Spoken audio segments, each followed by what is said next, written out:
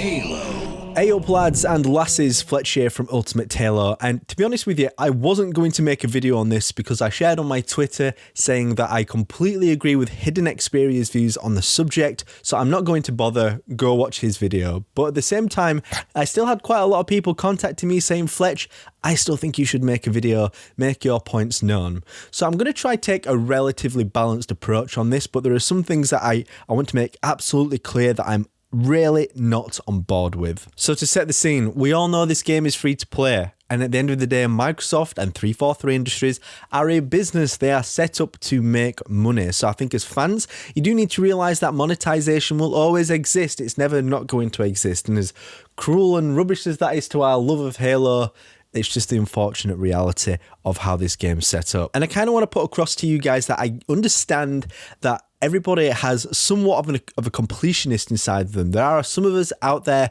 who want to collect every single piece of armor in a video game. And in previous games, like Halo Reach, for example, you could do that at zero cost. It came with the game. You paid £60 for, or $60 or whatever.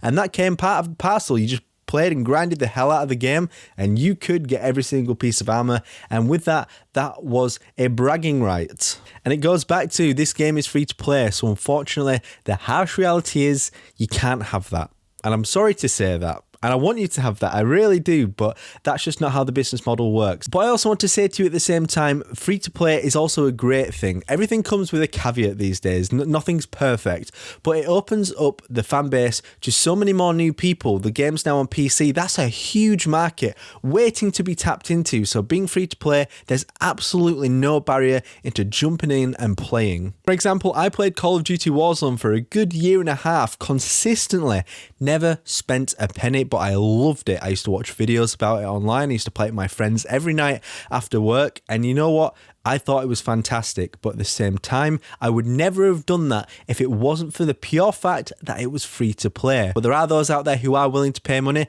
and that's great on them. If they want to spend money, fantastic. So this comes to the tricky part now, because in Halo, everybody's got a fond memory of customizing their Spartan to how they want them to look, mix and matching different things. And honestly, that was something I always loved to do, taking screenshots, machinimas, all sorts. There are so many different things you can do along with the bragging rights. So this is where the battle pass comes in, because I don't have a problem with a battle pass, but to be honest with you, this one feels very, very bare bones. It takes you to very late levels to be able to get such basic color sets for armor coatings. And let's say, for example, is it level 90? It's like grey.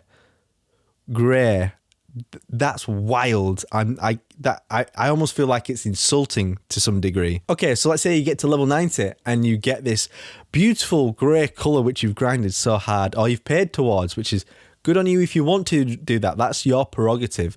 But I can only use that between one Spartan core. You see, there's Mark 5 and there's Mark 7. And to be honest, I didn't understand this. I didn't really know this was a thing until somebody sat me down and explained it to me in a Discord call. So you see, you've got two different versions of your Spartan armor. One's the Mark 5, which is the more Halo Reach-esque armor, and the Mark 7, which is more of the brand new Spartan 4 armor sets, which also look great in my opinion. But if you unlock one of these armor coatings, you can only use it towards one set of armors. So this grey you've just unlocked, it might, let's say, unlock for Mark 5, but you can't use your beautiful brand new grey for Mark 7. What planet are we living on? Like, I'm struggling to fathom that. So first of all, my first bit of feedback would be, have these cross-core compatible, please, for the love of God. So this next bit might be trickier for 343 to do, but at the same time, if I unlock a Mark 7 chest piece and a Mark 5, I don't know, arm or shoulder or whatever, then I think that I should be able to use them cross-core. But unfortunately, that system is not in place right now. And I kind of feel that's quite frustrating, because really, I think you should be able to customize anything no matter what you want, no matter how wacky, or even if there's a little bit of clipping on the armor, who cares? That's up to me as a player. That's my player expression. So now the compatibility element is out of the way. I do want to talk about pricing, because goodness gracious me, I cannot wrap my head around this. And I understand that a lot of people might be like, well, Fortnite does this kind of pricing and you don't have an issue with it. And it's like, well, I do, and that's why I don't buy anything in Fortnite, let alone play it anymore. But for example, the Cronmage or Cronmage, whatever, the armor set. It's a bundle you can buy in the store, part of this new event, and it's 2,000 credits, and in that you get a stance, an armor coating, a helmet attachment, a visor color, chest attachment, a shoulder pad, another shoulder pad, and some kneecaps. 2,000 credits, and guess how much that costs? That is nearly £15. 15 quid. You could actually buy some pretty cool games on Steam for £15 and have the time of your life. Now, I get, once again, they're there to make money. It is a business. I understand it. But at the same time, I think if for me, I would be inclined to spend more money on unique items if they were cheaper, and I would do it consistently because it's cheap. Think of it this way. If that pack there was what, £5 or £6, that's a pint or two at the pub. And that's a very me and English thing to say, but that is the equivalent. And to be honest with you, I don't need that extra pint or two.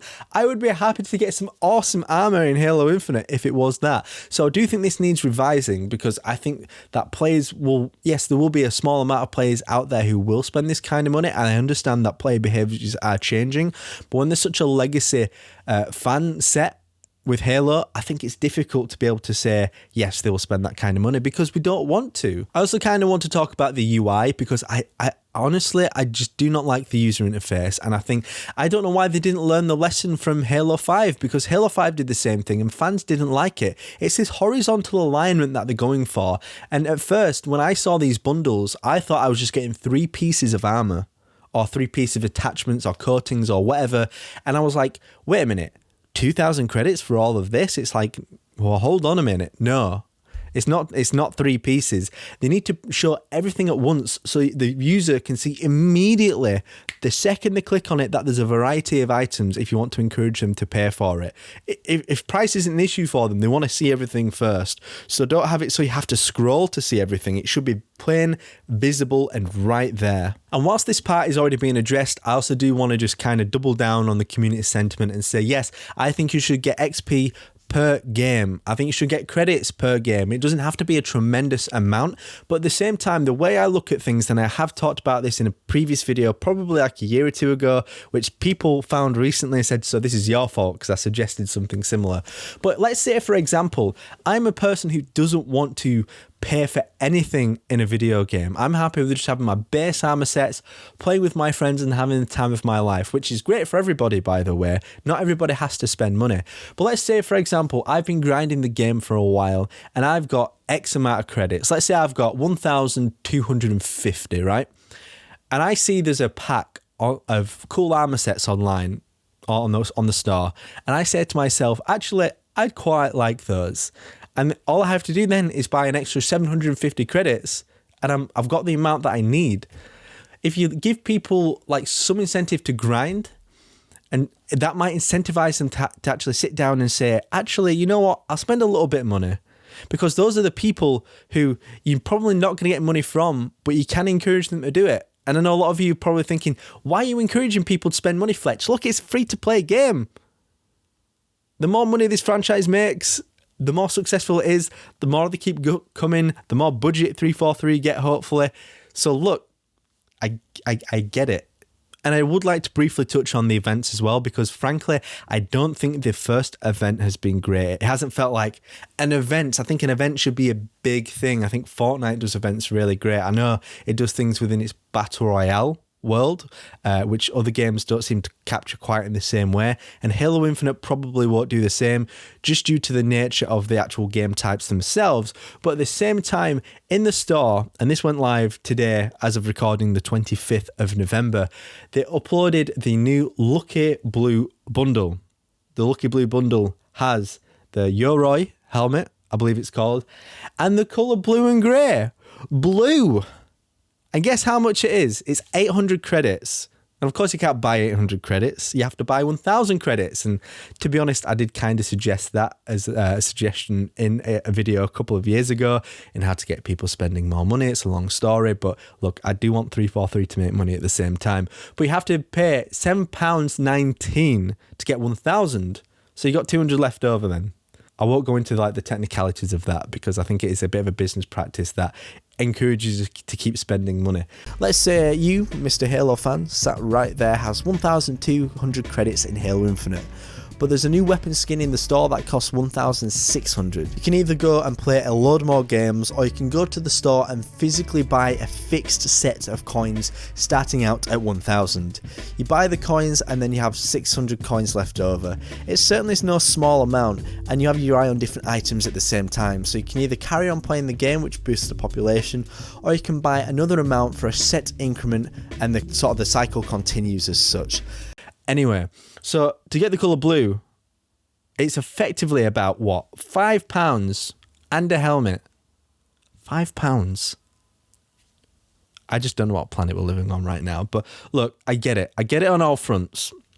So my suggestion is XP and credits, you gain them from playing a game online. Whether you win or you lose, it doesn't have to be a tremendous amount, but the more you earn, or at least have the opportunity to earn, you might still be incentivized to spend money, because there will be people who never pay money. I think you need to reduce the prices in the armor shop for a start as well. I think the armor shop is I just can't wrap my head around it. And I don't have a problem with having exclusive armors to the store. I think, like I say, I think people need to let go of the idea that you can absolutely collect everything these days for no fee. Those days are gone, unfortunately. And at the same time, I want everything to be cross-compatible between my armor cores, my armor coatings, visor colors, and armor pieces. I want that to be compatible between Mark 5 and Mark 7. I know this hasn't been the most in-depth video, but I kind of just wanted to get my points out there, especially after the request I know a lot of people have put through to me to do so. I want you to let me know respectfully and constructively in the comment section down below. What do you think, and what would you do to remedy this? Because at the same time, we can't just say this is bad, this is bad, this is bad.